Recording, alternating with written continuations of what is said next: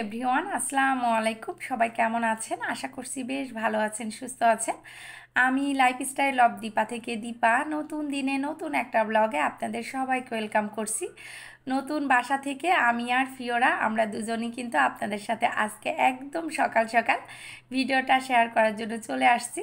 তো আসলে তামিম মুবিনদের যে বেডরুম, সেই বেডরুমের বাইরের ভিউটাই আপনাদের সাথে শেয়ার করছি। এই বাসা থেকে কিন্তু বাইরের ভিউটা আমার কাছে অনেক ভালো লাগে। প্রতিদিন সকালে উঠে কিন্তু আমি একটু বারান্দাতে আসি, তবে আপনাদের সাথে যে ব্লগটা শেয়ার করছি এটা কিন্তু আমার প্রথম যেদিন বাসায় আসছি, বাসায় আসার পরের দিনের যে সকালটা, সেই সকাল থেকেই কিন্তু আপনাদের সাথে ব্লগটা শেয়ার করছি। খুব বেশি মিস করছি পুরাতন বাসাকে, পুরাতন পরিবেশকে। তবে আসলে নতুন পরিবেশে আসলে একটু একটু হয়তো সময় লাগবে মানিয়ে নিতে, তবে চেষ্টা করছি। একটা বাসায় দীর্ঘদিন থাকলে কিন্তু সত্যি সেই বাসাটা একদম নিজের মতো হয়ে যায়, ছেড়ে আসতে কিন্তু অনেক কষ্ট হয়।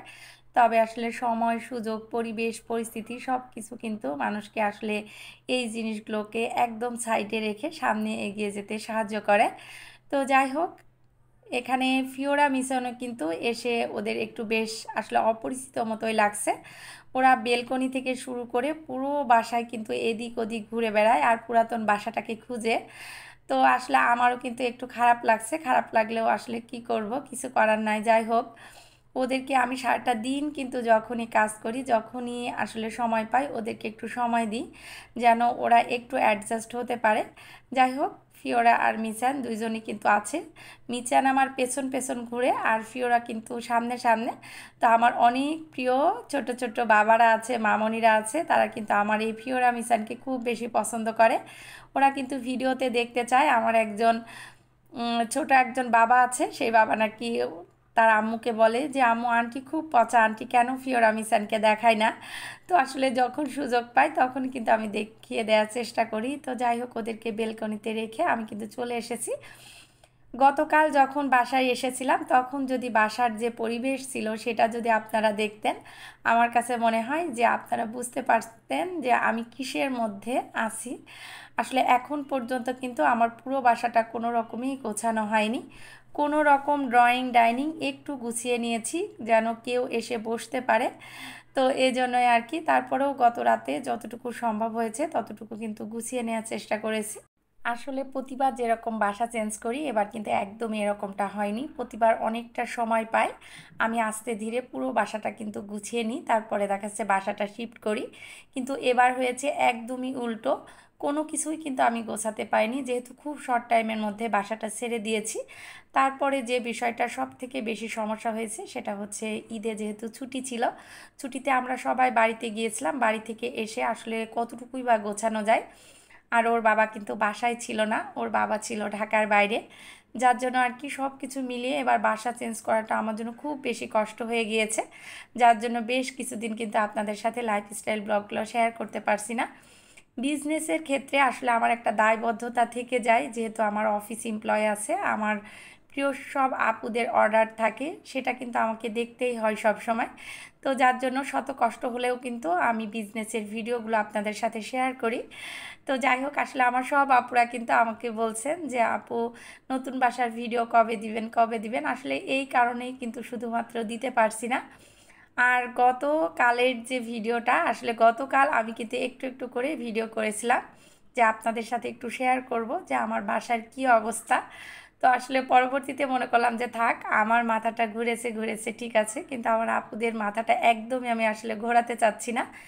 পুরো বাসাটা যদি আপনারা দেখতে পারতেন তাহলে কিন্তু বুঝতেন যে আসলে কতটা কষ্ট করে আমি এই বাসাটা গুছিয়েছি। তবে ওর বাবা তো বাসা গোছানোর সময় ছিল না যখন আমি এই বাসাটাতে আসি। তবে যখন এই বাসাতে এসে বাসা গোছাচ্ছিলাম তখন কিন্তু অনেকটা এবার হেল্প করছে। যেহেতু আজ শুক্রবার, সে কিন্তু সারাটা দিনই বাসায় থাকবে আর আমরা কিন্তু ওভাবেই আসলে বাসাটা চেঞ্জ করছি যে বৃহস্পতিবারে যদি বাসাটা চেঞ্জ করি, রাত্রে যতটুকু সম্ভব ততটুকু গুছিয়ে নিব, আর শুক্রবার সারাটা দিন মিলিয়ে কিন্তু বাসাটা গুছিয়ে নিব। যাই হোক, এখন আমার অনেক প্রিয় আপুরা নিশ্চয় আমার বাসাটা দেখে ভাবছেন, আপু আপনি যে লাস্ট ভিডিওতে বাসাটা দেখিয়েছিলেন তেমন তো লাগছে না, একটু এক্সেপশনাল লাগছে। তো আসলে সবার উদ্দেশ্যে বলছি, আমি যে বাসাটা আপনাদের সাথে শেয়ার করেছিলাম সেই বাসাটা কিন্তু আমি অ্যাডভান্স করেছিলাম, কিন্তু আসলে কিছু পার্সোনাল ইস্যুর জন্য বলতে পারেন যে সেই বাসাটা নিতে পারিনি। কেন নিতে পারিনি, আমাদের কিন্তু খুব ইচ্ছা ছিল, কিন্তু আসলে বাড়িওয়ালাদের কিছু সমস্যার কারণে সেই বাসার অ্যাডভান্সটা কিন্তু আমরা ফিরিয়ে নিয়ে এই বাসাটা নিয়েছি।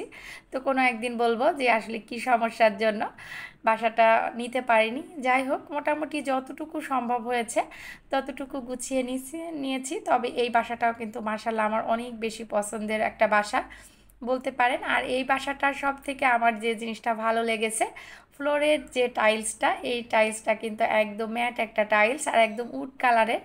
তো আমার কাছে এটা অনেক বেশি ভালো লাগছে। ধীরে ধীরে আপনাদের সাথে পুরো বাসাটা শেয়ার করব, তবে একটু সময় লাগবে। আসলে এখনও যেহেতু গোছাতে পারিনি, যতটুকু সম্ভব হয়েছে ততটুকু কিন্তু গুছিয়ে নিয়েছি। প্রথম ভিডিওতে যে দেখিয়েছিলাম নতুন বাসার যে ভিডিওটা, সেই বাসার এই বাসা কিন্তু কাছাকাছি সাইজেরই। আমার কাছে মনে হচ্ছে ওই বাসাটার থেকেও যেন এই বাসাটা বড়। তবে এই বাসার বেডরুমগুলো একটু তুলনামূলক ছোট। আর আগের বাসাটাতে বেডরুম ছিল 4টা, আর এই বাসাটাতে কিন্তু বেডরুমটা 5টা। তো মোটামুটি যেমনই হোক, আমি সুন্দর মতো করে গুছিয়ে ইনশাল্লাহ আপনাদের সাথে শেয়ার করব। তো যাই হোক, সকাল সকাল অঙ্কন গিয়েছিল কারওয়ান বাজারে। আর আমাদের এই যে দেখতে পাচ্ছেন কার্টুন ধরা এই মাছগুলো আসছে খুলনা থেকে। তো অঙ্কন গিয়ে মোটামুটি আমাদের বাসার জন্য এই মাছগুলো নিয়ে আসছে। আর এখানে চিংড়ি মাছ আছে। তো আসলে চিংড়ি মাছ কিন্তু আমি, আমার বাচ্চারা, আমরা সবাই খুব পছন্দ করি। অনেক দিন থেকেই ওর বাবাকে বলছিলাম যে খুলনা যখন যাবে তখন কিন্তু তুমি মাছ নিয়ে আসবে। তোর বাবা কিন্তু ঢাকার বাইরে গিয়েছিল, বলতে খুলনা গিয়েছিল। তো ওখানে আসলে এই মাছগুলো বুকিং দিয়ে রেখে এসেছিল, ওর বাবা তো চলে এসেছে আর ওখান থেকে মাছগুলো পাঠিয়ে দিয়েছে। এত সুন্দর টাটকা আর এত ভালো মাছ ছিল। এখানে প্রায় সম্ভবত 6 থেকে 7 কেজি মাছ ছিল। তো 2 ধরনের চিংড়ি মাছ ছিল, একটু ছোট সাইজের আর একটু বড় সাইজের। আসলে ওর বাবা বলেছিল আর একটু ছোট যে দেশি চিংড়িগুলো, ওগুলো তো যারা পাঠিয়েছে তারা বুঝতে পারেনি। আর এখানেও কিন্তু বেশ বড় বড় চিংড়ি মাছ আছে। তো একেতে বাসা চেঞ্জ, তার উপরে কিন্তু অনেক ঝামেলা, অনেক ঝামেলা হলেও কিন্তু মাছগুলো দেখে খুব বেশি ভালো লাগছিল। আসলে একদম খুলনাতে, যেহেতু খুলনা থেকে নিয়ে এসেছি, আর খুলনার মাছগুলো কিন্তু অনেক বেশি ফ্রেশ আর একদম কি বলবো, দেখলেই কিন্তু ভালো লাগে। আসলে আমি কিন্তু মাছ যতটুকু না খেতে পছন্দ করি, খুব বেশি কিন্তু আসলে এভাবে করে দেখা যাচ্ছে যে মাছ কেটে ধুয়ে পরিষ্কার করা, এগুলো দেখতে আমার কাছে অনেক ভালো লাগে। তো যাই হোক, নতুন বাসায় প্রথম রান্নাটা আপনাদের সাথে শেয়ার করছি। ওর বাবা সকাল সকাল গিয়ে মেরাদিয়া বাজার থেকে এরকম টাটকা শাক কিনে এনেছিল। ঈদের পর থেকে একদমই কিন্তু মাংসের উপরে আছি, শুধুমাত্র বলতে পারেন যে মুরগি আর গরুর মাংস। তো আজকে বলছি যে না, কোনো রকমে আর মাংস রান্না করব না, আজকে শুধু মাছ দিয়ে রান্না করব। তো এখানে লাল শাক ভাজি করার জন্য প্রথমে একটু পেঁয়াজ, রসুন, কাঁচামরিচ, লবণ দিয়ে আমি একটু সিদ্ধ বসিয়ে দিয়েছি। আর এক চুলাতে কিন্তু আমি এখানে চিংড়ি মাছ একটু ভুনা করে নিব। তো প্রথমে কিন্তু একটু চিংড়ি মাছটা ভাজি করে নিব। তো এখানে তো আপনাদের সাথে শেয়ার করছি যে আমি রান্না করছি, কত চট জলদি সব কিছু হয়ে যাচ্ছে, তাই না? কিন্তু আসলে খুব বেশি কিন্তু সময় লেগেছে, অনেক বেশি কষ্ট হচ্ছে। একদিক থেকে গোছাচ্ছি, একদিক থেকে রান্নার সব কিছু গুছিয়ে নিচ্ছি। দৌড়ায়ে একবার রুমে যাচ্ছি, একবার ড্রয়িংয়ে যাচ্ছি, একবার ডাইনিংয়ে যাচ্ছি, বলতে পারেন যে সারাটা দিন দৌড়ানির উপরে আছি। আসলে একটা বাসা চেঞ্জ করা যে কতটা কষ্ট। তবে আমাকে যদি বলেন যে দীপা আপু কেমন লেগেছে বাসা চেঞ্জ করতে, আমি বলবো সব থেকে বাজে অভিজ্ঞতা ছিল এবার। কারণ আমার কাছে মনে হচ্ছে আমার সংসারের জিনিস এবার কিনতে কিনতে এত পরিমাণে কিনে ফেলেছি যে বাসা একদম ভর্তি হয়ে গিয়েছে। তো আসলে সকাল 6টা বাজে কিন্তু 5জন লেবার আসছে, সারাটা দিন কিন্তু ওনারা জিনিসগুলো উপরে উঠিয়েছে। তারপরে কিন্তু বলতে পারেন যে মোটামুটি তারপরেও 8টা 9টা বেজে গিয়েছে। তো সব কিছু মিলে আসলে আমার কাছে মনে হচ্ছিল জিনিসপত্র কিনতে কিনতে একদম যেন নাক সমান কিনে ফেলেছি, নিঃশ্বাস ফেলারও জায়গা নাই। তো গোছাতে যেয়ে কিন্তু এবার বুঝতে পারছি, এবার মনে হচ্ছে সব জিনিস যেন আমি সবাইকে দিয়ে দিই। তো যাই হোক, আমার কাছের একজন আপুকে বলছিলাম যে আপু কিছু জিনিস পাঠিয়ে দিব কিনা। তো এটা নিয়ে দুইজন মিলে খুব বেশি হাসাহাসি করছিলাম। তো যাই হোক, গত ভিডিওতে সম্ভবত আমার একটা লাইফস্টাইল ব্লগ যে ভিডিও শেয়ার করেছিলাম, সেই ভিডিওতে কিন্তু আমি আপনাদের সাথে শেয়ার করেছিলাম যে আমি একটা নতুন চুলা কিনেছি।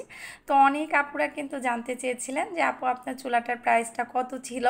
তো এই চুলাটার দাম কিন্তু 14,500 টাকা নিয়েছে। আর এই চুলাটা নর্মালি যদি আমি গুলশান ডিসিসি থেকে কিনতে যেতাম তাহলে কিন্তু 20-21 হাজার টাকা পড়ে যেত।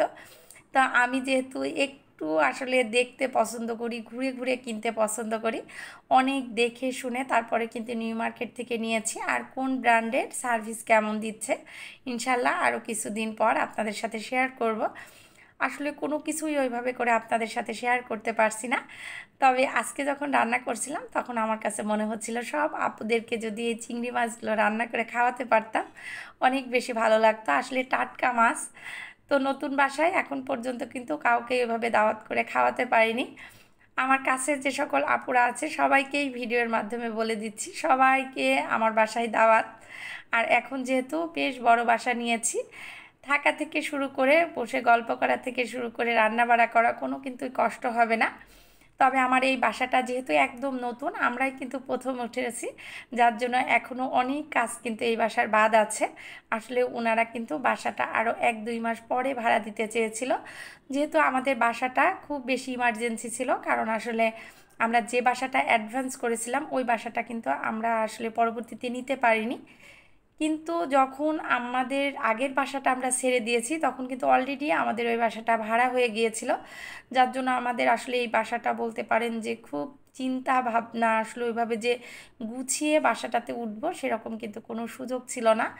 তবে ওপর আল্লাহর কাছে লাখো কোটি শুক্রিয়া যে একদম শর্ট টাইমের মধ্যে বলতে পারবেন যে যখন ওই বাসাটা আমরা অ্যাডভান্সটা ফিরিয়ে নিয়েছি তার আধা ঘন্টার মধ্যেই কিন্তু আমরা এই বাসাটা পেয়ে গিয়েছি। তার মানে যে বাসাটা নিয়েছিলাম জাস্ট সেই বাসার পাশের বাসাটাতেই কিন্তু আমরা এখন উঠেছি। তো আমার ফিওরা মিসান মাঝে মাঝে ওই বাসাটাতে চলে যায়, আর ওই বাসার ভাবিরা আমাকে ডেকে বলে যে ভাবি আপনাদের বাসার কিউট বিড়ালগুলো আমাদের বাসায় চলে আসতে চাচ্ছে। তো যাই হোক, আসলে আমি মাঝে মাঝে বলি যে বাসাটা আমরা তো নিতে পারিনি, কিন্তু আমার ফিওরা মিচানের হয়তো ওই বাসাটা বেশি পছন্দ, তো ওরাও দেখি চলে যেতে চায়। যাই হোক, আসলে বাসাটা নিয়ে অনেক কথা বললাম, কারণ অনেক প্রিয় প্রিয় আপুরা কিন্তু বলেছিলেন যে আমার ওই বাসাটা নেওয়ার জন্য। তবে আমার এই বাসাটাও মার্শাল্লাহ অনেক সুন্দর, আমার খুব বেশি পছন্দ হয়েছে। আর সব থেকে বড় যে বিষয়টা হচ্ছে কোথায় থাকবো, কিভাবে থাকবো, এটা কিন্তু একমাত্র উপর আল্লাহর নির্ধারণ করে। হয়তো আমাদের ওই বাসাটা আমাদের রিজিকে ছিল না, যার জন্য ওই বাসাটা আমরা নিতে পারিনি। তো যাই হোক, আপনাদের সাথে কথা বলতে বলতে বড় চিংড়িটা রান্না করেছি আর ডাঁটা দিয়ে আলু দিয়ে ছোট যে চিংড়িটা এটা কিন্তু রান্না করে নিয়েছে। আর মাসাল্লাহ এত ভালো হয়েছে, কালারটা দেখেই কিন্তু মনে হচ্ছে যে খুবই টেস্ট হবে। সত্যি সত্যি বলছি, খেতে কিন্তু অনেক বেশি মজা হয়েছিল। এখন যেহেতু ভয়েস ওভার করে আপনাদের সাথে ভিডিওটা শেয়ার করছি, আমার কাছে মনে হচ্ছিল ঈদের পরে আজকেই যেন আমি খুব তৃপ্তি সহকারে একটু ভাত খেতে পেরেছি। তো আমি দেখেছি আসলে অনেক সময় মাছ মাংসের থেকেও এ ধরনের তরকারি দিয়ে খাবার খেতে কিন্তু অনেক বেশি ভালো লাগে। তো সারাদিন এত পরিমাণে কাজ করছি, কাজ করে আমার কাছে মনে হচ্ছে খাওয়া দাওয়াটা তো আছে, এখন যদি একটা লম্বা চওড়া ঘুম দিতে পারতাম তাহলে কিন্তু অনেক ভালো লাগতো। তো সবাই দোয়া করবেন যেন আমি এত বড় একটা যে ঝামেলার কাজ এইগুলোকে যেন সুন্দর মতো করে গুছিয়ে নিতে পারি, আপনাদের সাথে ভিডিওগুলোও যেন সুন্দর মতো শেয়ার করতে পারি। তো আসলে আজকে খাবার রেডি করতে যে যে জিনিসটা বুঝেছি, আমার বাসায় কিন্তু চামিচও খুঁজে পাচ্ছিলাম না। তো যাই হোক, সবাই দোয়া করবেন যেন সব কিছু গুছিয়ে আপনাদের সাথে নিয়মিত হতে পারি। সবাই ভালো থাকবেন, সুস্থ থাকবেন। আজকের মতো এখানেই বিদায় নিচ্ছি। আল্লাহ হাফেজ।